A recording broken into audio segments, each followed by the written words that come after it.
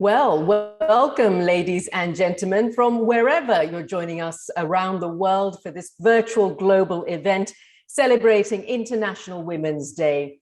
We're paying tribute today to the tremendous efforts that women continue to make in shaping a more equal and sustainable recovery from the COVID-19 pandemic.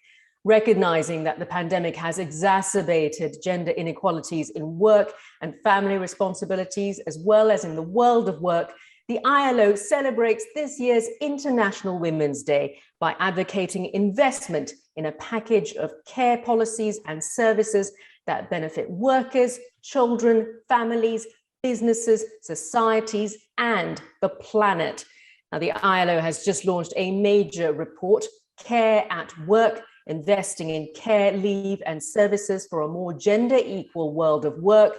The report provides an overview of laws and practices regarding care policies, such as maternity protection, childcare, parental and long-term care-related leave policies, amongst many others.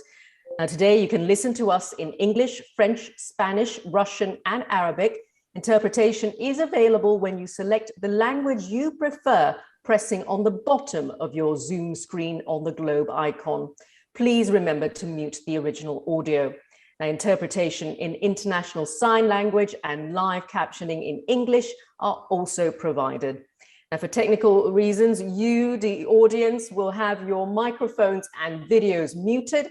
You are, though, very, very welcome to share your thoughts and submit any questions in the chat box during the event, and I will get a chance to ask your question to the panelists at the end of our session. And speaking of our panelists, for you, our speakers, do activate your video when you're taking the floor and deactivate when you're not speaking. This event is also being live streamed on YouTube. But before we delve into this important discussion, let's watch this opening video, which presents the key findings of the report Care at Work, investing in care, leave, and services for a more gender-equal world of work. Please play the video.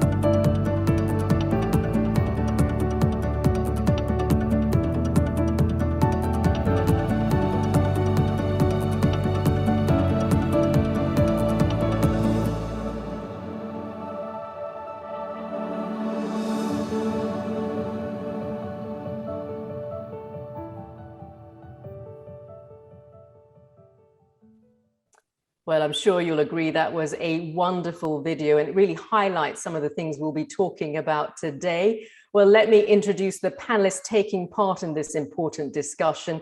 They are Guy Ryder, the ILO Director General, Asa Regne, the Deputy Executive Director of UN Women, who sent us a pre-recorded message, Sylvester Bello III, the Secretary of Labour and Employment from the Philippines, who has also sent us a video.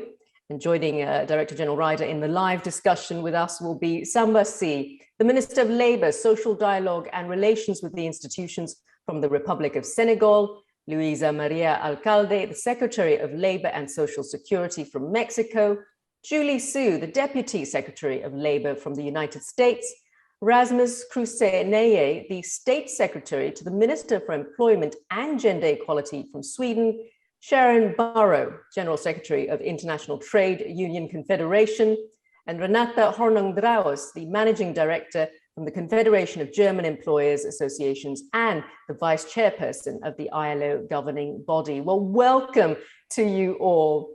Now, to introduce the overview of what we'll be talking about today, I'd like to welcome the ILO Director General again, Mr. Guy Ryder. Over to you.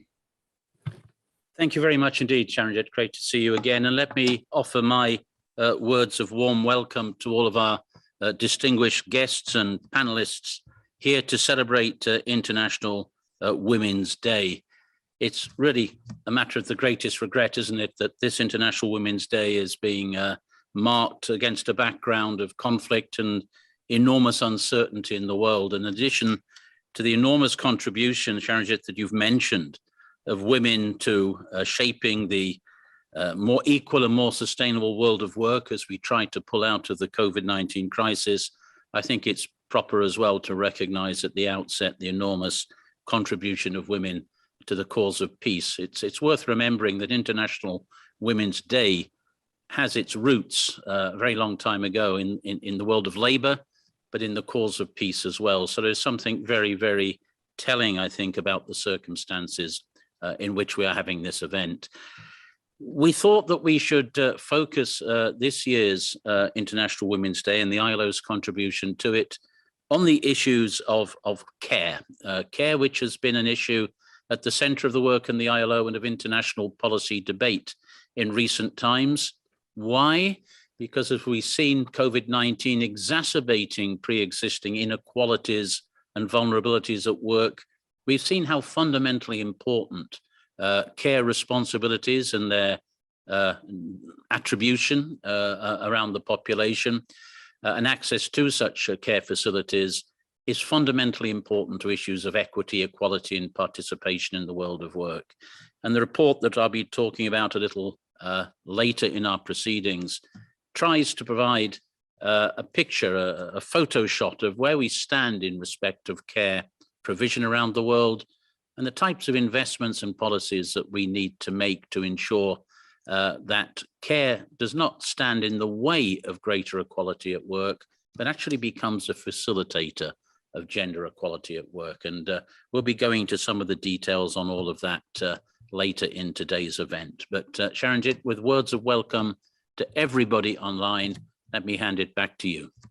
Thank you so much for that, Director General Ryder.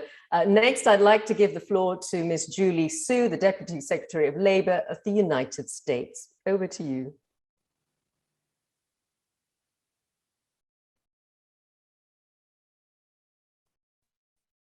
Hello, everybody. Thank you so much for having me. I'm delighted to be here with all of you today, and thank you to the Director General for those inspiring opening comments. I am thrilled to be here and thank the ILO for producing this report at such a critical time on such a critical issue. And thank you also to all the global leaders who have joined ILO today for this discussion on investing in care leave and services for a more gender equal world of work. I am the daughter of immigrants. I came to the US Department of Labor from California, where I was the California Secretary of Labor. And I've spent most of my career focused on workers' rights and civil rights. So my appreciation for the work you all do at ILO in the United States and beyond comes from a deep place personally and professionally. As the Director General already stated, International Women's Day is an opportunity to learn about and celebrate the women who have made an impact globally. The COVID-19 pandemic has set back decades of progress that women have made in the economy and highlighted the political, social, and economic inequities that women continue to face in the United States and around the world. Many have said that the pandemic actually set back women's labor force participation by over 3 decades. Women here in the US, and particularly women of color, have faced some of the steepest job losses and are recovering more slowly than men. Sometimes conversations about these inequities have an air of inevitability about them, as if this is the way that things work, that there's nothing that can be done about the fact that women's work tends to be poorer work. And the fact that too many women have the responsibility of supporting themselves and their families the world over with too few good job options to do so. But there's nothing inevitable about the fact that industries with majority women tend to be characterized by lower wages and lower job quality, tend to be work without access to paid leave, job security, and opportunities for upward mobility. There is nothing inevitable about the way the care sector is structured. That's why we at the US Department of Labor are fighting for women in the workplace by identifying needs and advocating for solutions for women and other vulnerable workers, so we can create an inclusive economy that works for everyone. One of the most important and universal lessons from the pandemic is that care infrastructure is essential for all caregivers to work and for economies to thrive. Investing in care infrastructure and improving wages and working conditions for care workers are vital measures, both for addressing poverty among the women who provide the care and for improving the well-being of the many women working in this sector and across the economy. As the Director General said, it's a way of facilitating women working in many, many ways. And as the report points out, it is vital for women across the economy, particularly in low-wage, vulnerable sectors, to be able to exercise their right to the freedom of association and collective bargaining. The ability to form and join trade unions is fundamental, not only for improving women's access to and quality of employment, but also for addressing the power imbalances in the economy that perpetuate gender inequities. The data backs this up. According to the Bureau of Labor Statistics, women represented by a union in the United States make 23% more than women who are not members of unions. And women who are members of unions are far more likely to have paid leave and stronger protections against discrimination and sexual harassment in the workplace. We have before us a once-in-a-generation opportunity to make significant investments in our care infrastructure that will help break the cycle of gender and racial inequities here in the United States and around the world. And that's why the Biden-Harris administration is so committed to investing in the infrastructure of the care economy. This includes cutting the cost of childcare in half for most families, guaranteeing universal free school to all 3- and 4-year-old children, and creating a national comprehensive paid family and medical leave program. But it doesn't stop there. The administration is also committed to expanding access to home and long-term care services. At the same time, we aim to boost the compensation of childcare and home care workers to ensure that they have a livable, family-sustaining wage.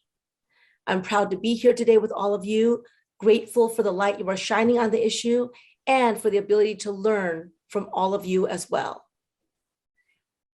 Please know that I and the entire Department of Labor look forward to continue to work with you as we build the future and create a better, more just economy for all. Thank you.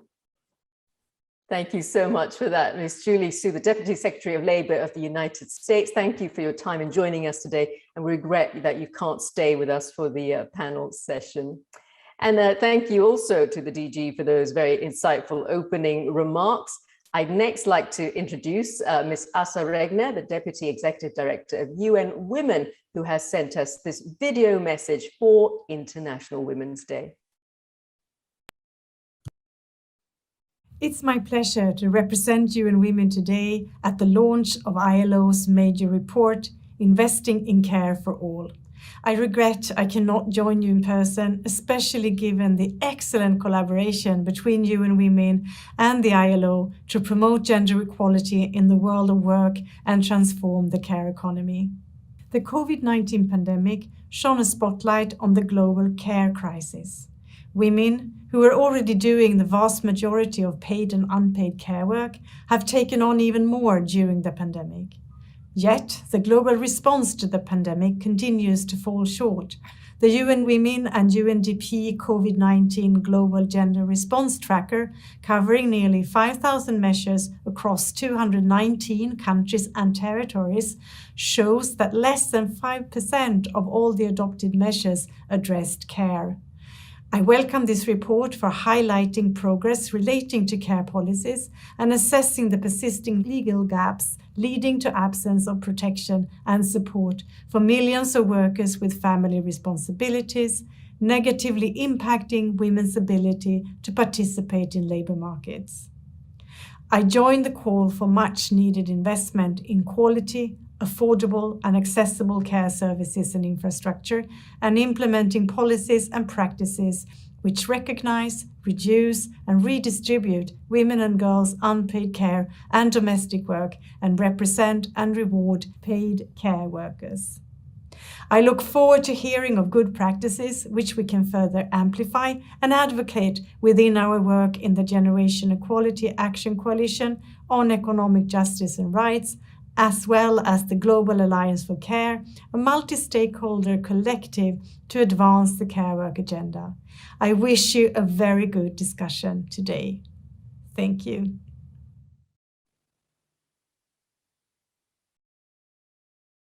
Apologies, that was our message from Ms. Asa Regner of the UN Women. And next, we'll dedicate the next 30 minutes to a panel discussion amongst our speakers.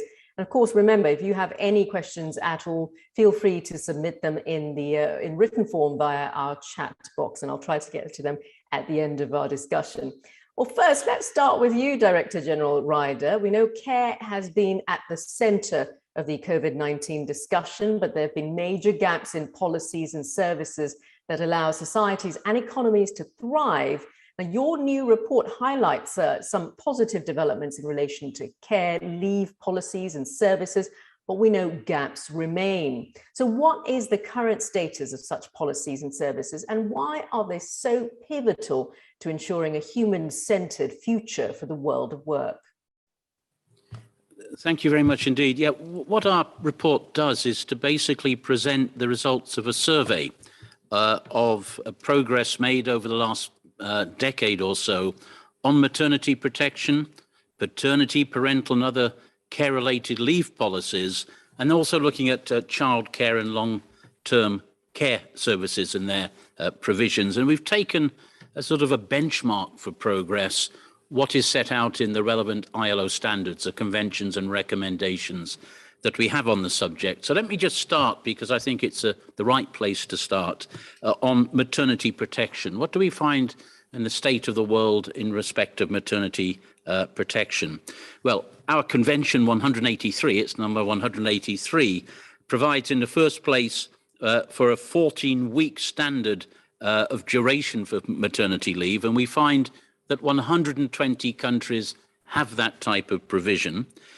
Equally, our convention provides that maternity leave be fully paid. 123 countries have paid maternity leave. If you put all of that information together, what do we find? We find that 98 countries out of the 185 that we surveyed actually have maternity protection schemes in place which meet the requirements of our Convention 183. Going forward, not quickly enough, but a long way from universal compliance, and therefore the gaps that remain are very important. We also look in this report, and I think it's coming increasingly into focus, at provisions in recognising men's care rights and responsibilities. But despite progress, almost 2/3 of what we call potential fathers, males between the ages of 15 and 49, that's 1.26 billion men, they live in countries where there is no entitlement whatsoever to paternity leave. And in fact, where there is paternity leave, it's much shorter than maternity leave. And interestingly, take-up rates are really very low. We're simply not getting there. There are also, and we've heard this from the Deputy Secretary of Labour, demographics in the labour world who are simply not covered effectively by this type of legal protection. I think particularly of self-employed workers, those in the informal economy, migrants, as well as adoptive and LGBTQI plus parents. So we've got some blind spots here. Put all of this together, I'll give you perhaps the key figure. 649 million women, 649 million, still have inadequate maternity protection or no protection at all. And at the current rate of progress that we're observing, it's going to take 46 years to achieve minimum maternity leave rights in the countries that we have surveyed. And very obviously, that compromises, to use a moderate term, achievement of the Sustainable Development Goals. And just looking beyond maternity and paternity protection rights, we also look in our report at the provision of early childhood educational development programs. These are programs for children up to the age of 2 years. And only 57 of the countries we've looked at have statutory provisions of this type, and only 89 grant public long-term care services for older workers.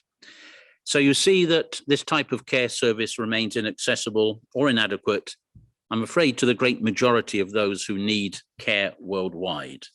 And if you add all of the evidence in our report up, I think it points to real urgency to meet the need for what we call a continuum of care leave policies and care services across the life cycle to guarantee the best early start for children, for income security for families.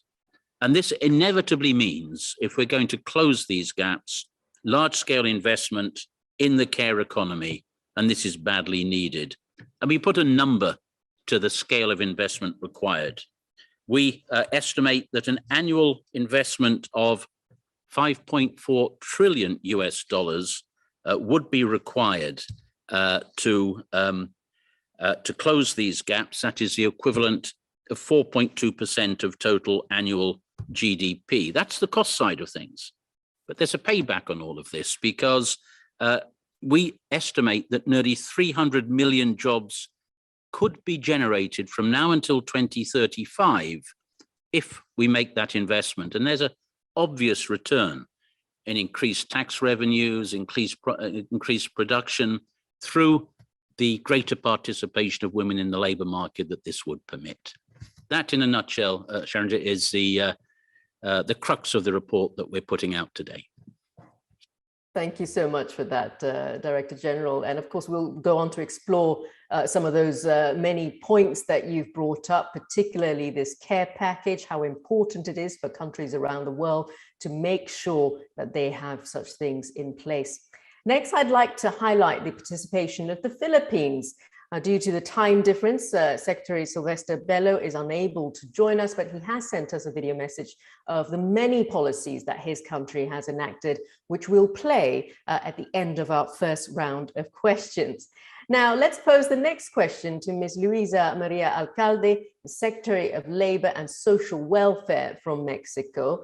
Now, Secretary Alcalde, we know that Mexico has ratified Convention 189 in 2019, and shortly after, the Mexican Supreme Court said it was unconstitutional for employers not to register domestic workers for benefits such as Social Security.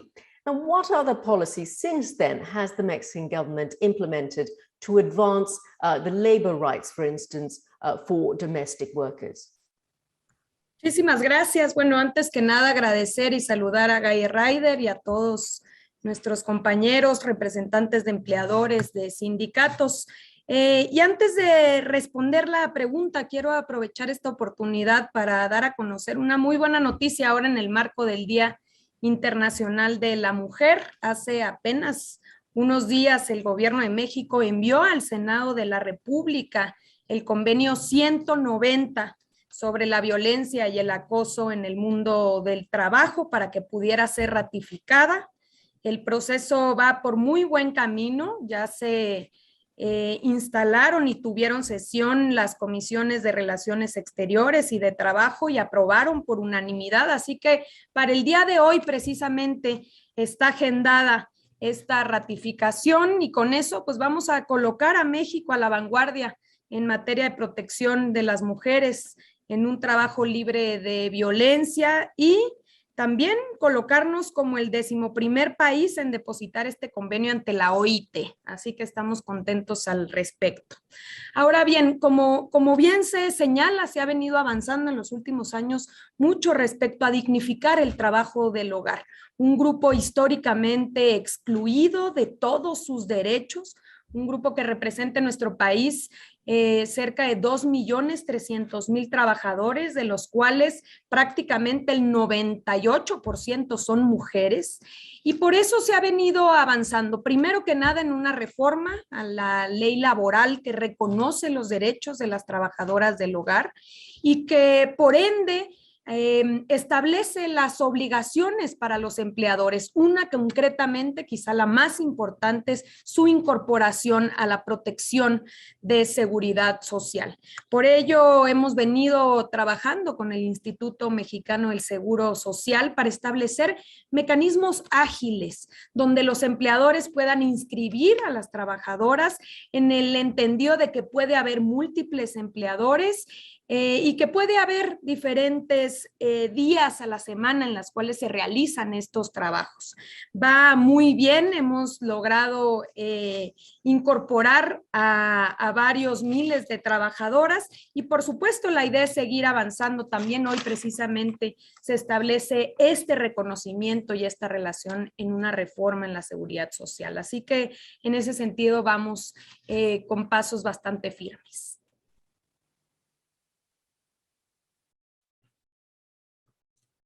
Thank you so much, Secretary Alcalde. And next we can go to the Labour Minister from Senegal, Mr. Samba Sy. Now, as a result of your country's ratification of Convention number 183 in 2017, Senegal reformed its legislation to remove certain blanket prohibitions for all women to access certain jobs. And can you tell us a little bit more about the process that led to the ratification of this particular convention and how this is impacting women at work?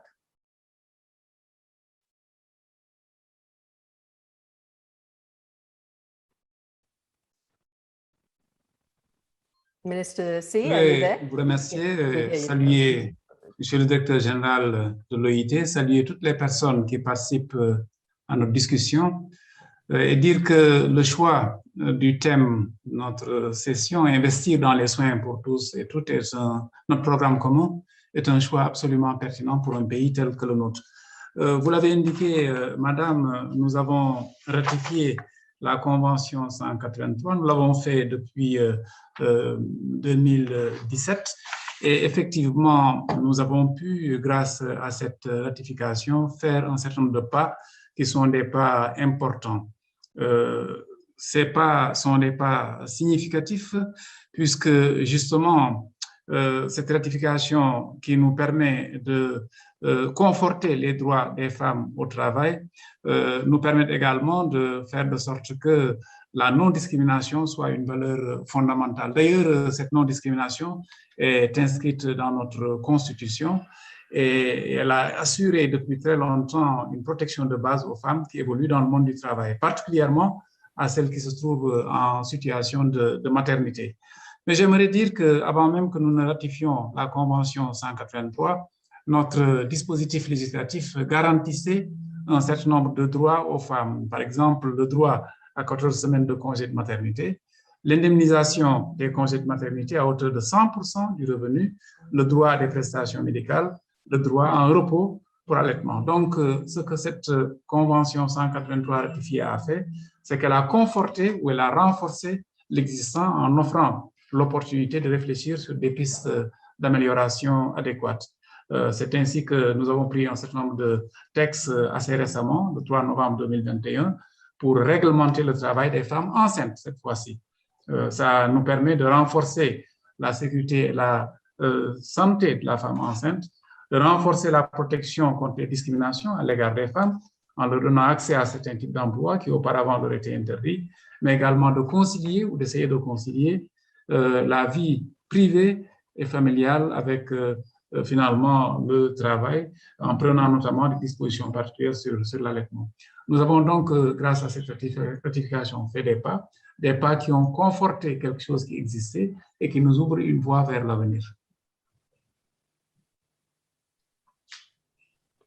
Thank you so much for that, Minister C. Now, our next question is to the State Secretary for the Minister of Employment and Gender Equality of Sweden, Mr. Rasmus Kruse-Nae. Now, we know, Mr. Nae, it's a well-known fact that Sweden offers a myriad of benefits that make it much easier than anywhere else in the world to balance both a family and a career. Now, one of the remarkable aspects of Sweden's care system is the coordination among parental leave and childcare services. And of course, this helps partners split the responsibility of a new child so that it doesn't predominantly fall on the women, but it also helps split the responsibilities between families and the state. Now, what are the positive effects of this comprehensive care policy framework for improved work-life balance? And what, in your view, has Sweden still left to do to close equality gaps in care?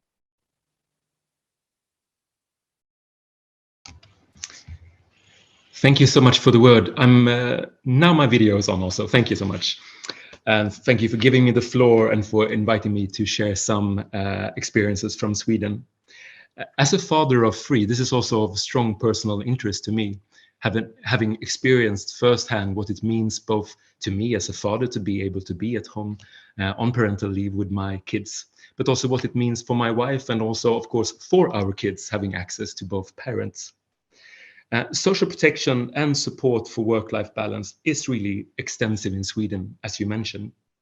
There is a generous right to parental leave and parental benefits, which allows and encourages both parents to spend time with their children and to combine work or studies with parenthood. And what do we then do? What kind of support do we offer? There are affordable, accessible, and good quality preschools from the age of 12 months, which is, of course, crucial to be able to combine family with work. Furthermore, there is this right to parental leave with compensation for taking care also of sick children, not only to be at home when they are really small, but also when they get sick throughout the years. Likewise, there is also a possibility to reduce working hours up until the child is 8 years old. And if I should list some of the really important reforms that we have undertaken a little bit more broadly when it comes to promoting gender equality, it also includes individual income taxation.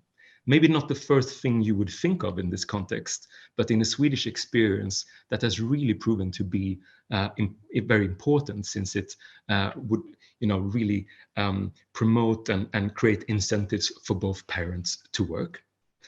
Access to affordable childcare and preschools, as I mentioned, and then a shared and gender-neutral parental leave system. Those I would list as the three most important reforms. And women's participation in the labor market has, in turn, contributed to economic growth in Sweden. As the Director General also mentioned, this, of course, has a strong positive impact for a country's economy. We now have the highest labor market participation in the EU for women, 78.3% last year. And systems that do enable parental leave for women and men are, of course, one of their prerequisites for a high employment rate among women. And as time is brief, I would also like to say a few words of the challenges I see, because of course we have come a long way, but I do think it's possible to do even more, of course, also in Sweden. And something that the Swedish government is concerned about is the uneven distribution of both unpaid care and household work between the sexes. More women than men continue to work part-time. When we look at that, we are on an EU average. I would like, of course, to see women experience that it's possible to work full-time even more, also in Sweden. Another challenge and concern is the unevenly distributed use of the benefits between women and men. And this regards both the use of parental benefit and temporary parental benefits. And also going back to what the Director General pointed at, even though when you have these systems in place, you also have to keep an eye on how they are used and how you can create incentives, but also the right norms about how to use these benefits. And here I believe it will be necessary for us to do even more in Sweden in the years to come. But already next week, we will propose to Parliament to reserve another 90 days of our parental leave system for each parent. And of course, that is one way politically to take initiatives to create a more even distribution of how these benefits are used. So it's not a right to have these benefits. If the society provides it, you can of course also demand that some of those days should actually be used by the fathers. Thank you so much for this opportunity. Thank you, Secretary Neye. And it is quite incredible to hear how Sweden continues to have the most enviable system amongst the most enviable systems in the world. And now the next question to Ms. Sharon Burrow, the General Secretary at the International Trade Union Confederation, or the ITUC. Now, Ms. Burrow, we know the care sector is large and vital to the well-being of our societies, but as we've seen during the COVID-19 pandemic, care workers are often exposed to poor working conditions, especially those working with informal arrangements. Now, your organization has been extremely active in advocating for better recognition of care workers and better representation of their voices. Can you give us some examples of positive developments in this area? Certainly, and indeed, because of that picture you describe, and because of the jobs deficit in care, we've actually called for a new social contract, of which jobs is one of the 5 major tenets. 575 million new jobs are required in the formal sector by 2030 to return to full employment, and 1 billion jobs in the informal economy must be formalised if we're serious about inclusiveness and particularly informal care work. Now, the majority of those jobs have to be for women, because women lost some $800 million billion dollars in terms of income during COVID-19, on top of already a broken labour market where progress for women was stalled. So we've got a lot of work to do. So we must indeed put investment in care at the heart of all demands. And indeed, as the United Nations Secretary General's pointed out, you can have, and Guy Ryder said this, almost 300 million new jobs created by 2030 if we make the investments in education, in health, in childcare, in aged care, in social work and care services generally. The UN Accelerator for Jobs and Social Protections frames the demand for full employment and inclusion, and we want that to be gender transformative, because 2/3 of the global care workforce are women. Too many of them are still trapped in unpaid, precarious and informal jobs, and you heard Guy Ryder outline those deficits, so I won't go into those. I will say, though, that the advent of the Gender Equality Global Care Alliance is critical and aligned with the work of the ILO and leading governments at the heart of this effort. We know that if it's tripartite, if governments, if unions representing women and workers and employers through their organisations are at the heart of this, we can make it work. So you asked me for some examples. Well, I'm proud to say unions are driving demands for this transformative agenda in care. I can only pick out a few, but there are many. If you look at Argentina, then unions are negotiating with the government to strengthen a draft law on comprehensive assistance and protection, on early childhood education, on elderly care, and indeed the need for increased innovation in the creation of decent care jobs. Then, of course, you've got Spain, where unions have successfully engaged in lobbying and advocacy to increase the current 0.8% investment in care. I stress that, only 0.8% investment in care in a developed economy, far below the average of 1.5 GDP in the EU, but still so low in our economic output. But the government of Spain is committed to increase its budget with 600 million euros for 2021 to 23. Unions are involved in social dialogue there concerning the government's national plans on care related to the EU's directive. indeed, regarding the reconciliation of family and professional life of parents and caregivers. And of course, they're absolutely advocating for the ratification of Convention 189, I should say, in order to make our workplaces safe. Canada's run campaigns around childcare for decades. The Done Waiting campaign builds on these campaigns, combining it with wage discrimination, sexual harassment and violence, and the lack of fair work and women's unpaid care work. They've actually called for a care economy commission to look at the issues.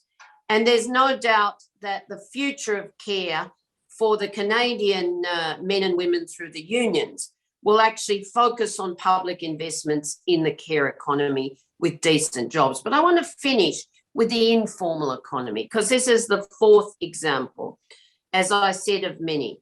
In India, our self-employed women's association, SEWA, they lobby for universal full-day quality care, extending child development services, and recognising childcare as decent work, essential to rebuild the economy and underpin the jobs for women, plus decent work for caregivers with social protection and capacity building programs. They want to increase investment in care by at least 1% of GDP.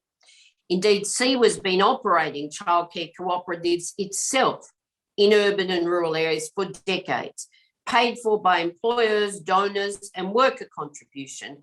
And they are now calling for this to be a fundamental part of public service provision. I could give you lots more, there is no time, but I can assure you that care is at the heart of what we call just transitions for a gender-responsive transformation in our economies and the resilience that we need against global economic shocks.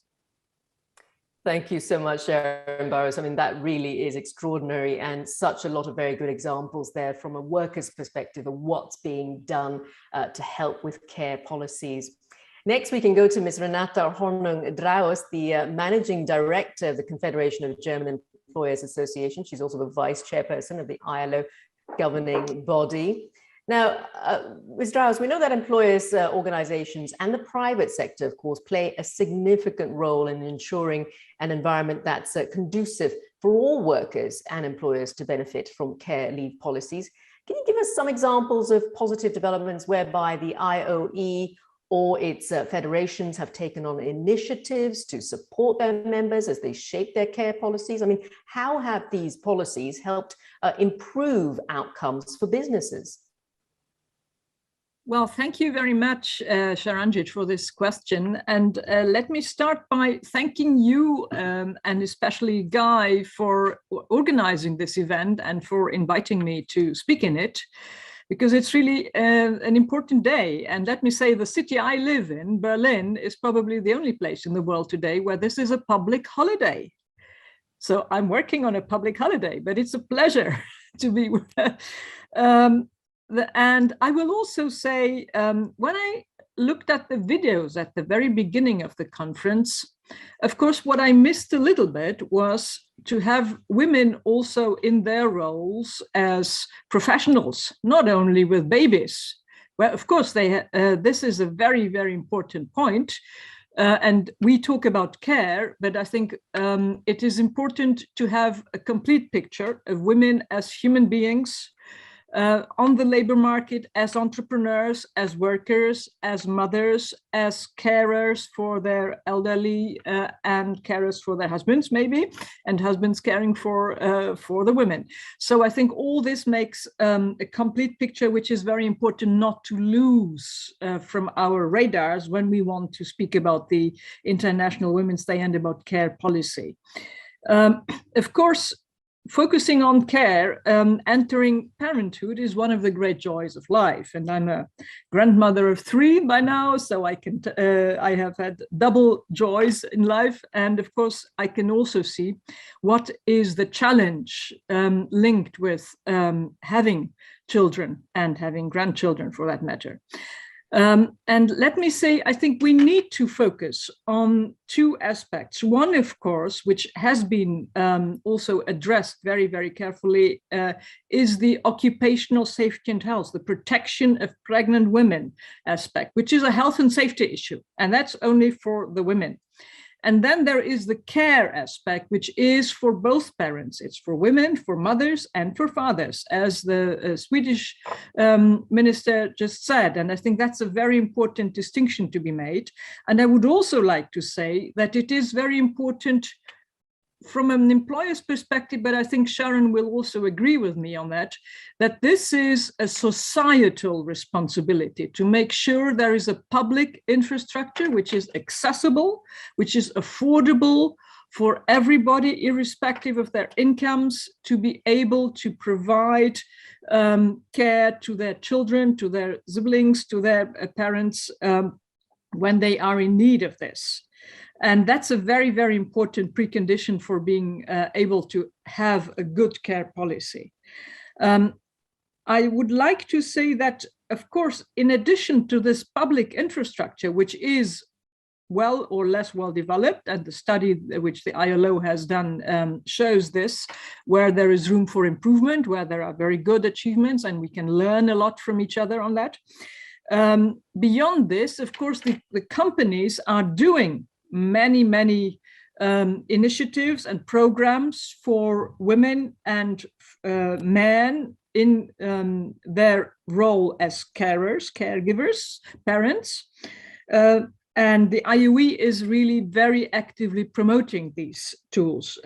I know, I can tell you that a very large number of our large company members have maternity leave for their employees, which extend beyond the legally prescribed 14 weeks provisions.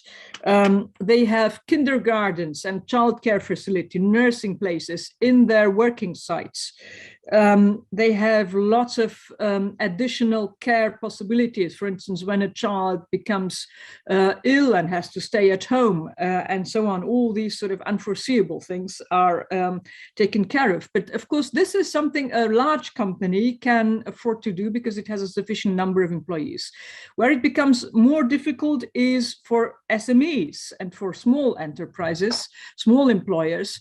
And indeed, when we go into the informal sector, because there simply is no infrastructural possibility for this. And here, I think the important point is that the society takes it seriously to provide this infrastructure, and that, for instance, large companies help the smaller ones. It is, of course, also a business case to promote this kind of projects as a tool for retention of good employees, because we live in an age of labor shortages. However, all these policies are one element of attracting talented people, but I think this should only be one of the elements of promoting such projects. These projects should be really extended to all and everybody, so that we really have an inclusive and dynamic labor market, which makes it possible for men and women to have families and at the same time to be active and engaged on the labor market. Now, of course, there are barriers to this, and it has also been mentioned by the previous speakers that not all the legal possibilities or the promotional tools which are there are actually used. For instance, we see that the take-up rates of paternity leave entitlements is very low. How come? Are there maybe societal or cultural barriers to that? And I think these issues have to be addressed as well, because we cannot simply press a button and change the cultures. Transforming cultures, changing cultural habits and societal practices is something which takes a long time and which requires a lot of work.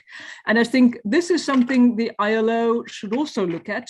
How can we produce an enabling environment for businesses to grow, to innovate, and also to integrate these kinds of projects into their business models, so that they are not punished or they are not becoming less competitive than others who don't do it. That's good corporate citizens. And how can we really address these societal issues first when developing laws and regulations? And let me close by saying that our employer organization members, they are the most representative bodies. We represent very large companies which do a lot of this, but also small companies, also informal businesses. And we can help shape these policies in a realistic manners. We know what the realities are of the big, medium, and small enterprises in the different countries, in the different cultural contexts. That's why we think the employer organizations should really be invited to the table as often as possible and as regularly as possible to ensure the buy-in on the ground. Thank you. Thank you so much for that, Ms. Hornung Draues there, and so good to hear what the IOE and employers are doing to try to help implement these care packages, these very vital packages. Now we can hear from the Secretary of Labour and Employment from the Philippines.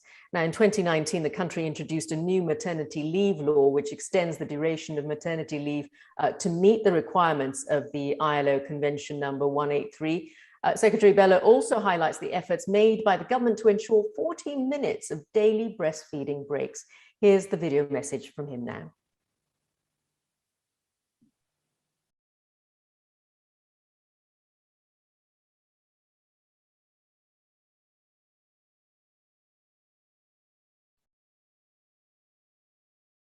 I believe we have this video from the Minister from the Philippines. Warmest greetings to the distinguished guests and participants to this very important event. Please accept my wish for a happy International Women's Day to all.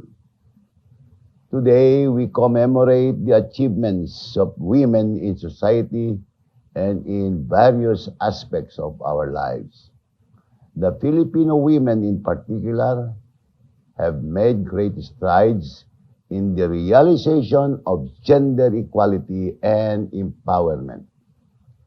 In the Philippines, we fully support and advocate the protection of the rights and privileges of our women workers, including and especially working mothers. We have landmark legislations that institutionalize the promotion and the protection of the rights and welfare. First is Republic Act number 9710, or the Magna Carta for Women, known as the Women Bill of Rights. Section 22 of this law ensures the right to decent work standards for women and provides support services that will enable women to balance their family obligations and their work responsibilities. This includes the establishment of daycare centers and breastfeeding stations at the workplaces, as well as the provision of maternity leave and other leave benefits for women. Another legislation is Republic Act number 10151, or the employment of night workers, which repealed Articles 130 and 131 of the Labor Code of the Philippines. This provides alternative measures to night work for pregnant and nursing employees. Such measures may include the transfer to day work where it is possible, as well as the provision of Social Security benefits or an extension of maternity leave. Under Republic Act number 10028, or the Expanded Breastfeeding Promotion Act of 2009, establishments are mandated to establish lactation stations and allow nursing or lactating employees no less than 40 minutes of paid lactation break or every 8 hours of work period to breastfeed or express milk. This is in recognition of the importance of breastfeeding for both the mother as well as the baby. We also have Republic Act number 11210, or the 105-day expanded maternity leave law, which was enacted recently in 2019. This is certainly a landmark legislation where about 9 million women of reproductive ages, from ages 15 to 44, stand to benefit. From the previous coverage of 60 days of paid leave of normal delivery and 78 days for cesarean delivery, this expanded maternity leave guarantees 100 days paid leave credits for all working mothers in both government and private sector, of which 7 days are also transferable to fathers.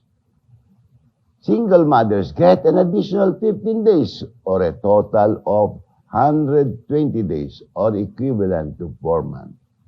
Not only that, the law also allows female workers an option to extend their leave for another 30 days without pay, of course. This does not only provide the women workers with sufficient time to regain their health before going back to work, but also allows them to secure or to ensure that their children get to be exclusively breastfed in the duration of the much longer maternity leave. Unfortunately, the onset of the pandemic in 2020 adversely affected our Filipino workers, especially our women workers, which constitute the majority of the informal sector, the service industries, and overseas employment.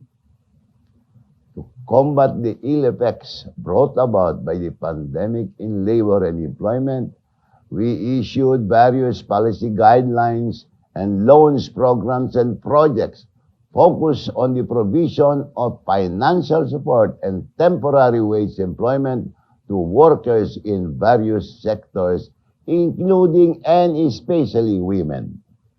One of these is COVID-19 Adjustment Measure Program, CAMP for short, which provides one-time financial support to affected workers amounting to 5,000 pesos in private establishment that adopted flexible working arrangement or temporary closure during the pandemic. Another, of course, is sa ating disadvantaged or displaced workers, or TUPAD for short, which provide temporary wage employment to workers in the informal sector. And the DOLES program called Abot Kamay, ang pagtulong, AKAP for short, which provide financial assistance to displaced, land-based, and sea-based Filipino workers. Indeed, this pandemic also exacerbated gender inequalities. We cannot imagine the increase of burden for women workers where women must juggle multiple responsibilities, including their work responsibilities, education of their children who have modular or online schooling, caring for the elderly, and even attending to household chores. Despite all this, one thing is for sure: Filipinos are resilient, and women are resilient. We have overcome various disasters in the past, and we will overcome this pandemic as well. Our Department of Labor and Employment is continuing its efforts and interventions to address the impact of COVID-19 pandemic to our Filipino workers, including and especially women, in coordination with other government agencies and partners. Through the National Employment Recovery Strategy, NERS for short, we hope to stimulate the economy by assisting employers to preserve existing employment and generate new jobs, while at the same time ensuring workers' protection and welfare. I wish you all, especially the women here present, a meaningful observation of the International Women's Day. Mabuhay tayong lahat at mabuhay ang mga kababaihan. Maraming salamat po. And that was Secretary Bello of the Philippines with his message to us all. Now, next, the discussion will move on to focus on good practices. Now, we know this ILO report that we've launched is a major contribution to advancing the global agenda on care, which is an agenda the ILO has been very committed to. But how is the ILO planning to translate the contents of the report into concrete actions? Well, Director General Ryder, how do you respond? Well, I think there are 4 areas of our work that I can point to in response to your question. The first is that in the most important policy statements and declarations the ILO has adopted in recent years, I can point to our centenary declaration of 2019 on the future of work, our global call to action on recovery from COVID-19. We've placed care and care policies absolutely the center of our global agenda. And this is more than simple rhetoric or simple declaratory politics. It's making sure that the priorities that we're talking about today don't slip off the agenda, don't simply get put aside, that this debate is not a debate for one day a year. It's part of our permanent work program. I attach importance to that. Secondly, we are engaging in coalition work in alliances at the international level to forward the objectives that we're discussing today. I can point to 2 such alliances. We've joined with UN Women on a joint program for promoting decent employment for women through inclusive growth policies and investments in care. Basically, an international advocacy program to develop care policies, have them accepted, and then to provide the types of tools that people need to make a reality of them. I can refer also to a more recent alliance, it dates from July of last year, a global alliance for care that was launched with the National Institute of Women of Mexico and UN Women. And that's looking and addressing particularly the need for global data and knowledge on care policies, leave policies. And the report that we're putting out today is a contribution to that part of our work. Thirdly, and I'm tempted to say most importantly, there is the day-to-day work we do with our member states at the national level in developing policy proposals, advocating for their adoption, costing financial needs for these types of policies, often in the framework of gender-responsive macroeconomic policies. And we've heard 4 great examples today from each of the continents, from Mexico, from Senegal, from Sweden, and from the Philippines, about what can be done and what is being done at the national level. And in the end, that's where progress is going to come from. The other side of the coin in these national policies, of course, is making sure that the jobs created in the care economy are decent jobs that can attract different sectors of the workforce, young people in particular, jobs that are reasonably paid, undertaken in decent conditions, and where the workers' rights are respected, of course, including the right to organize. And the 4th area of our work I want to point to goes back to what I mentioned in my first intervention, our normative framework, these conventions, international labor standards that inform everything that we do and what we advocate and work upon with our member states. In the next 2 years, we're undertaking some very important, we call them general surveys here at the ILO, and some of the key conventions concerned. So this year, we're looking at conventions which relate to nursing personnel and to domestic workers. Secretary Alcalde of Mexico mentioned the importance of domestic workers.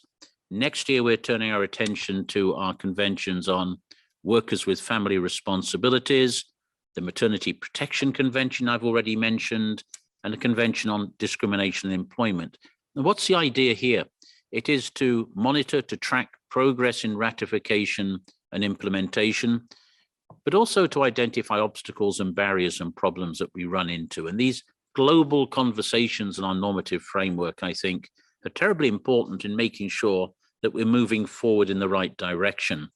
You know, it's quite interesting if you look back at the past rather than looking forward, that when the ILO first started adopting conventions around women at work in particular, the emphasis was very much on protecting women, often in different ways than men, feeling that there was a need for this extra protection. And sometimes that was at the expense, at least that's what subsequent opinion came to recognize, of equal access and equal opportunities in the world of work. So it's important that we stay alert to making sure that the standards that we have, the standards that we promote, are absolutely appropriate to the objectives that we're pursuing. So that's what we're trying to do to turn words into action. Thank you, Director General Ryder, and indeed very gratifying to hear the 4 different areas where the ILO is making very concrete steps to help in this regard. Let's move on to Minister C of Senegal. Now, we know your country has been making very important steps towards achieving women's economic empowerment by addressing unpaid care work through the provision of childcare to women working in the informal economy. Now, how do you see these measures, in terms of how transformative they've been in Senegal, and what would it take to scale them up?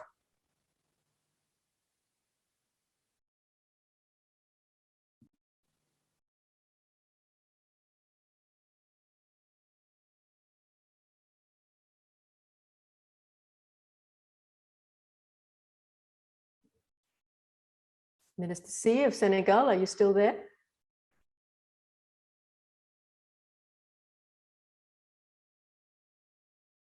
Oui, je voudrais vous remercier. Yes. Je ne sais pas si vous m'entendez. Je voudrais dire qu'au Sénégal, effectivement, nous avons pris des mesures qui nous permettent d'avancer dans l'autonomisation économique des femmes.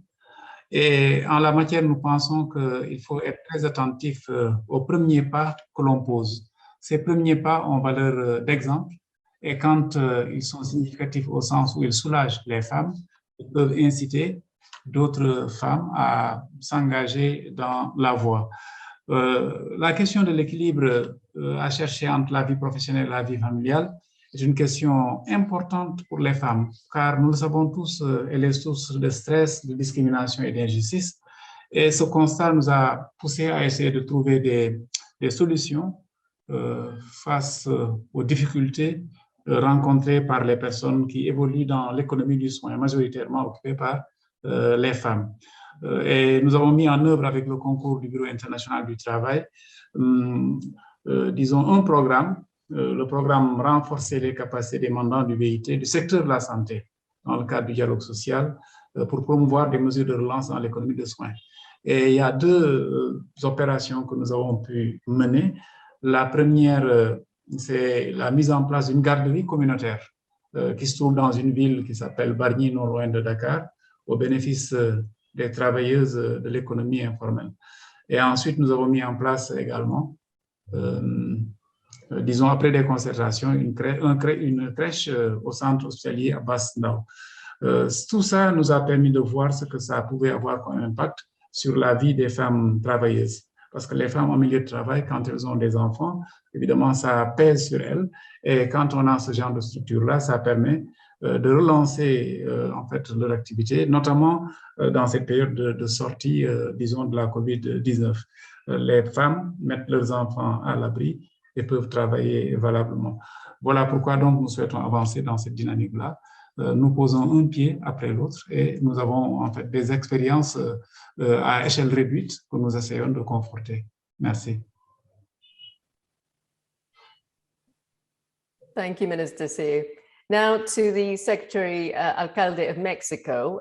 We know that the COVID-19 pandemic, as it did globally as well, has led to a switch in teleworking or working from home, as many of us, you can see, are doing right now. So tell us, what measures did Mexico take in this reform of labor legislation to improve the work-life balance of workers, especially for women, for whom we know the workload deepened even more during the pandemic?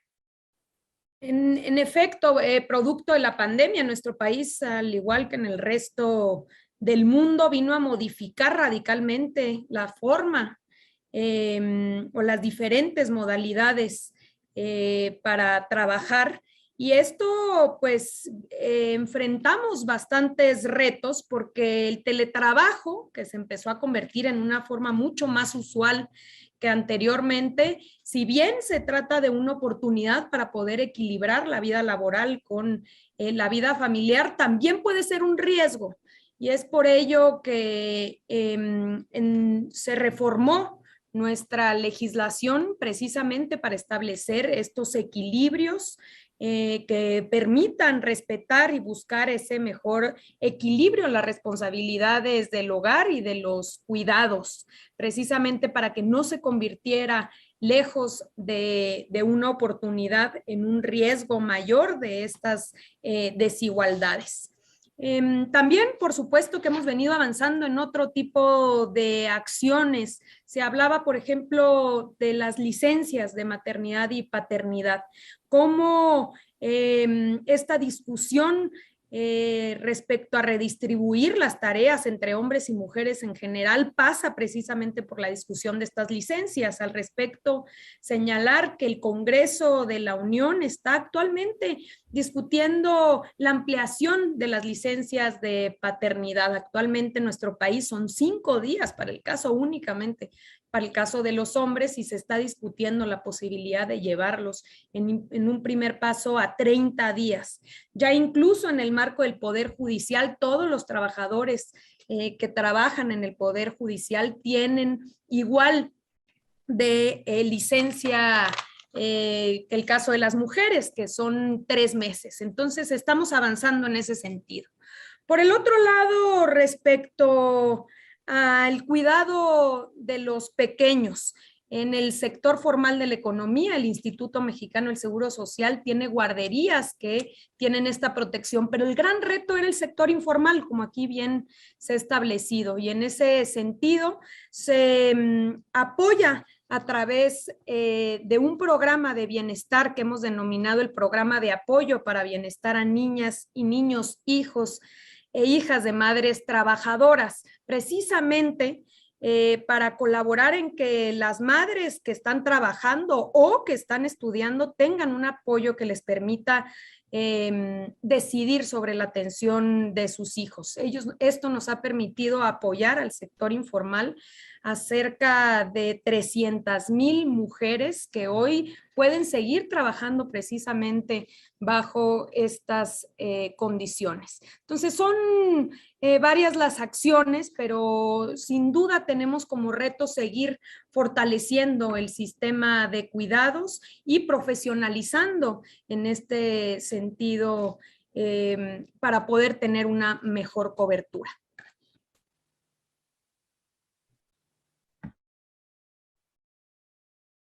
Thank you, Secretary Alcalde. Now to the State Secretary Naye of Sweden. Now, it might be argued that the so-called care policy Nordic model is unachievable for many other, particularly low-income countries. So could you share some of the lessons learned from your experience that could support other countries setting up their national care policy packages?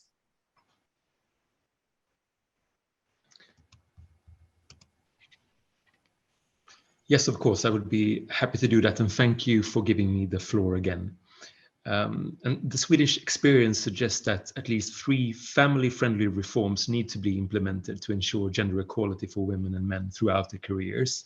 And it's what I mentioned also before to first, of course, improve the social infrastructure, in particular the setup of accessible and affordable childcare and elderly care of good quality. And when childcare and elderly care is insufficient, of course, women's labor force participation will suffer. And second, and what I stressed also before, actually to look at also to abolish joint taxation and introduce separate income taxation for women and men.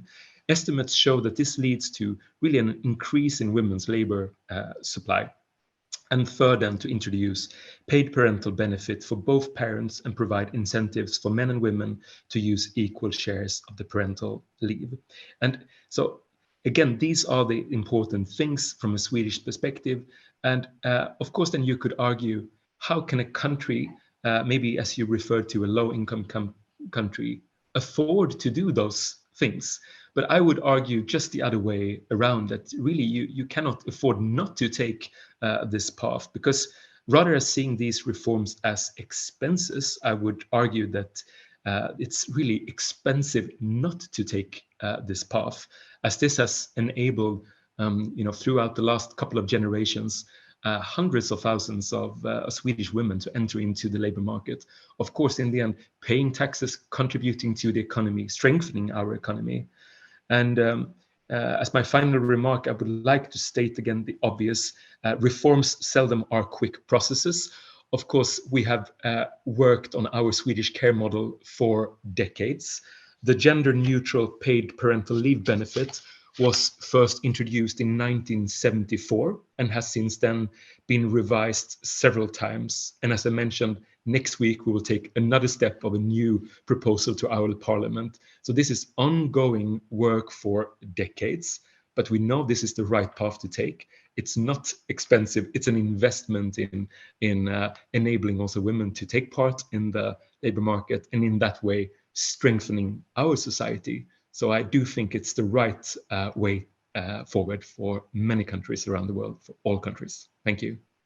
Thank you, Secretary Nair. Indeed, it's of course an investment, as you say, and it could be costly for many developing countries who haven't done this yet.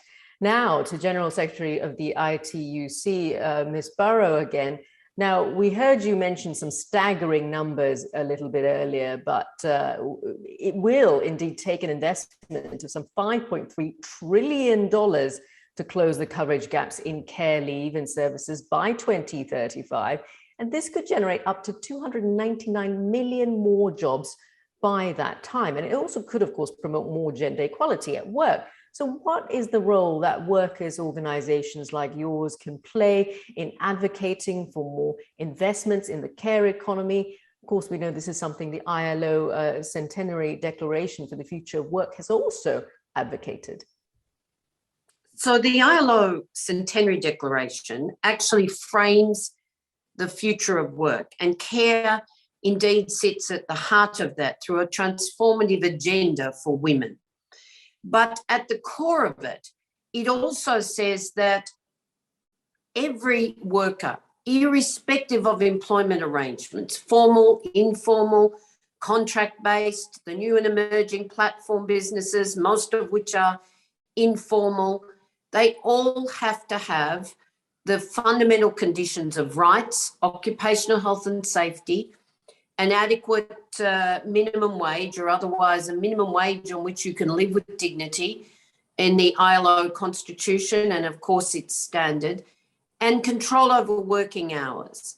And when you marry that with universal social protection and the investment in jobs we've talked about, then you get that transformative agenda. Now, how can unions make a difference on that front? Well, we have three plans in mind. First of all, we have campaigned assiduously for the acceptance of a new social contract. And that new social contract has jobs, social protection and rights, with equality right at the heart of those demands. The UN Secretary General is advocating the new social contract as part of the common agenda for 2025. But beyond the global level and our work with the ILO in partnership in the tripartite setting that Renata talked about, we would say that our organisation on the ground, where unions, particularly with women at the forefront, are driving demands for investment in care. They're driving demands for decent work, and they're absolutely fighting for minimum wages and social protection, because that's at the heart of resilience and at the heart of sustainable economies. But I wanted to say that Renata raised something that's very important. This is a social obligation, And when indeed society, governments take responsibility for care, for healthcare, for education, for aged care, for childcare, for those social services that go to community care, then everybody wins. You win decent jobs in the care economy. You actually enable women, because you've lifted the burden of care from them, to participate in business or in entrepreneurial activity, as Renata says. And indeed, that drives the largest productivity factor for our economies of anything. So the foundations of resilience, care, social protection, decent work, if they're funded, actually underpins a much more robust and sustainable economy. It's a win for everybody, for societies, for decent futures, for decent work, and it underpins the future of work that we are all hoping to build together. So people cannot walk away from the primacy of investing in care. COVID-19 showed us that, but equally, gender equality and sustainable economic futures should underscore that. And the work of the ILO, can I repeat what Guy Ryder said, is critical with its unique, indeed, methodology of tripartitism. That is absolutely so true. Thank you so much for that, Sharon Burrows. And as you say, we cannot afford for women not to be participating in work, because it adds so much productivity. And next, before I take questions from the audience now, I know many of you have asked lots of questions, so we do want to hear from you, and please keep them coming. Let's, of course, go back to Ms. Renata Hornung-Draues. What you highlighted earlier, as Sharon mentioned, is so important, and particularly so because we know a staggering 649 million women around the world still have inadequate maternity protection or no protection at all. Now, at the current pace, it will take at least 46 years to achieve minimum maternity leave rights in the 185 countries that we've looked at. So how can governments and other stakeholders support the effort made by employers to make maternity protection and care policies a reality, even among micro and small medium enterprises that you talked about earlier? How could the ILO support these priorities? Well, thank you very much. I think this is a very important policy point, because when we also look at the results of the ILO report, we find that since 2011, only 8 new countries have moved away from employer liability schemes for the payment of maternity schemes. Of course, a maternity leave. Of course, if you put the whole responsibility only on the employer, the quality of and access to maternity leave and maternity protection actually depends on the companies, whether they can afford it or not, while this is a societal obligation. And so I can only again reinforce what Sharon has said. The ILO should really help member states to move away from a sole employer liability approach to a societal approach, which allows for all women and all parents, men and women, to actually benefit from leave and to be able to care for their children or for their parents or their siblings who need care. So I think this is one of the very important points, lessons which the ILO can really learn from developments recently. It is also in the interest of entrepreneurship and employers, because let me just remind all of us again, women are not only employees, they are also entrepreneurs. They want to set up businesses. Many are entrepreneurs in the informal sector. They want to move to the formal sector. They want to be able to have access to set up a real formal enterprise, and they need to be helped because they also want to be mothers at the same time, and they have families.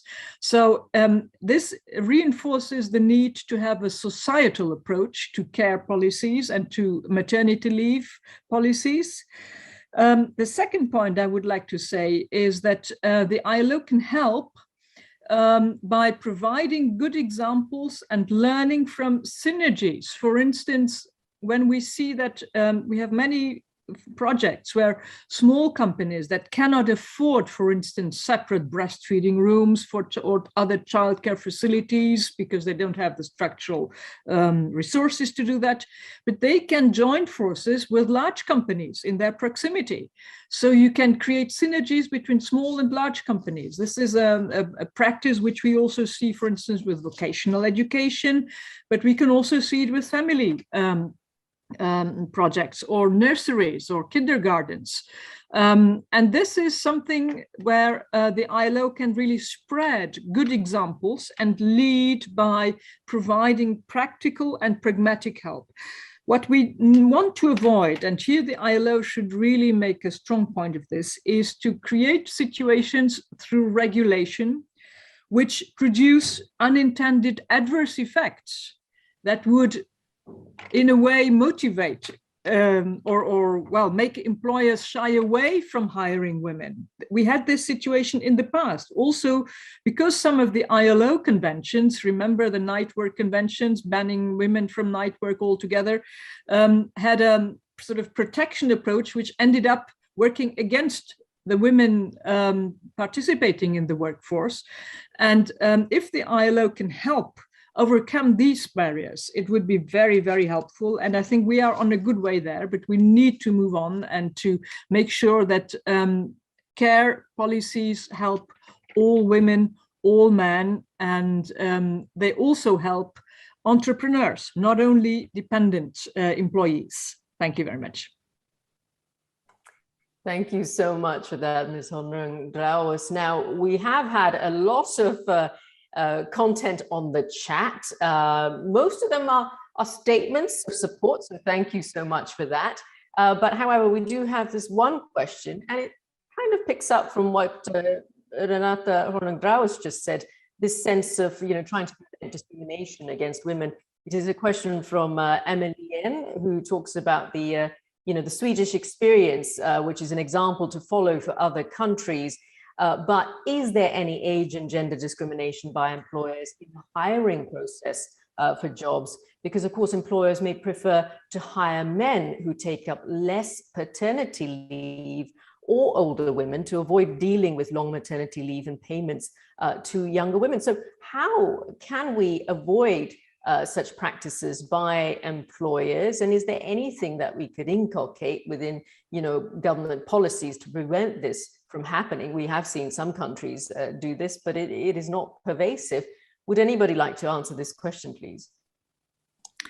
Maybe I could just say a word, Renate. I don't know if you can switch on my camera.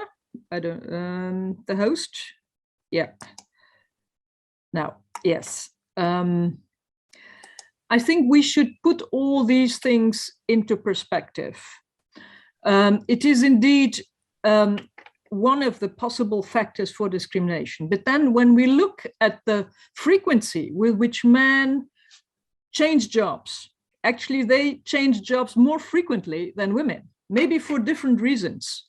But I think an employer who really takes seriously the business case for keeping good people, be they men or women, will see that a woman who may take up more parental leave than a man may be an employee who will be more loyal to the company. So it is a very complex issue. It is a potential, and it is a potential adverse effect, as I just said, which should be avoided. But at the same time, we should put it in perspective. It could be that it's not really the decisive factor for discrimination, actually. Thank you for that, Renata. And now, without any other questions that have come through, as I mentioned, a lot of the chat has been about support and statements. So thank you once again, the audience, for giving us your perspective. But I'd like now to close this dialogue with a personal word and a call for action that will inspire all of you watching us. In 1 minute, what does care mean to you in one word or one sentence. Let me start with you, Director General Ryder. I've got 3 words which I'll try and put in one sentence. From the supply side, it means solidarity. So what we're talking about here is extending that instinctive solidarity we provide in family to friends to society.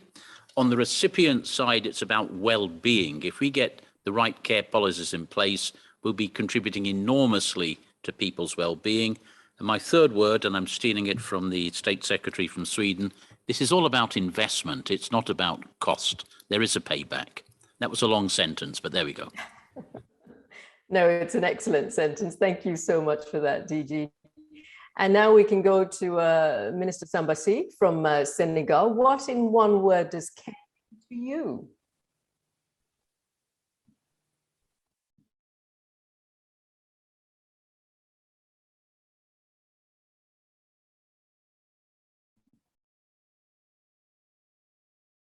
Minister Sy, I believe you're joining us momentarily.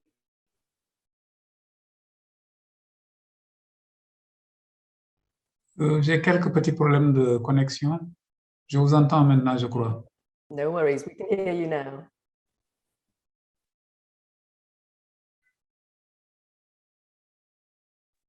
Oui. So the question was, what in one word does care mean to you? Parce que le son va et vient. Maintenant, je ne vous entends plus très bien.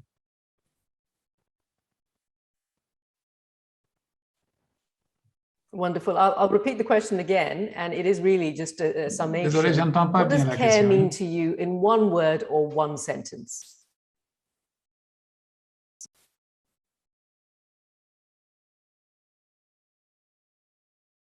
Le soin à autrui est un signe d'humanité. Et l'appliquer nous fait progresser vers un horizon qui est l'horizon que nous devions tous viser parce qu'il nous fait gagner simplement en dignité.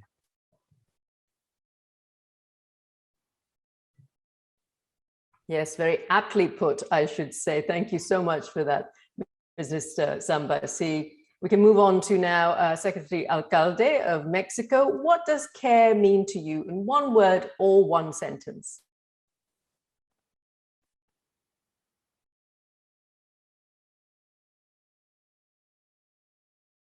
Ahí me escucho, sí. El cuidado debe ser Yes, we can hear you. digno, debe ser remunerado y debe ser socialmente reconocido.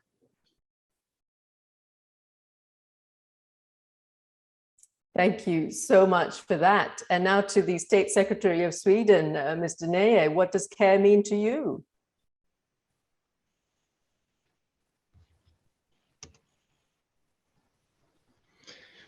To me, it means making use of everyone's resources as individuals on a personal level, giving care, being a parent or a son in my case, but also making use of everyone's professional resources, being part of a labor market, even if we are men or women, it doesn't matter.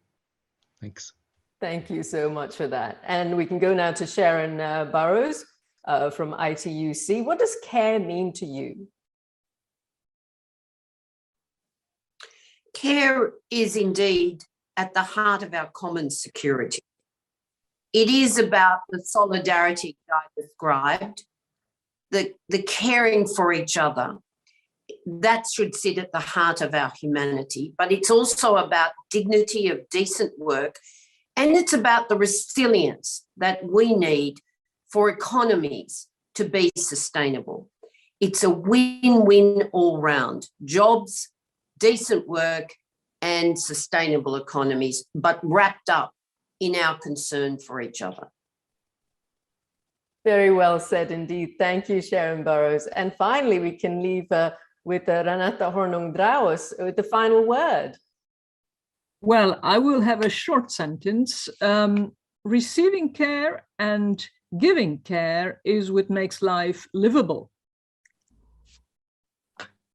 Excellent. It does indeed. Thank you so much, Ms. Hornung-Draus. Thank you all for those inspiring words. But of course, let us not forget that on this International Women's Day, there is an urgent need for care leave policies and care services to guarantee the best early start for children, as well as income security for families.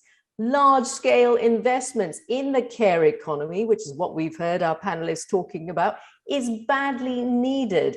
And once countries and organizations around the world seriously look into addressing this and taking concrete action, only then can we have a more caring world of work for all.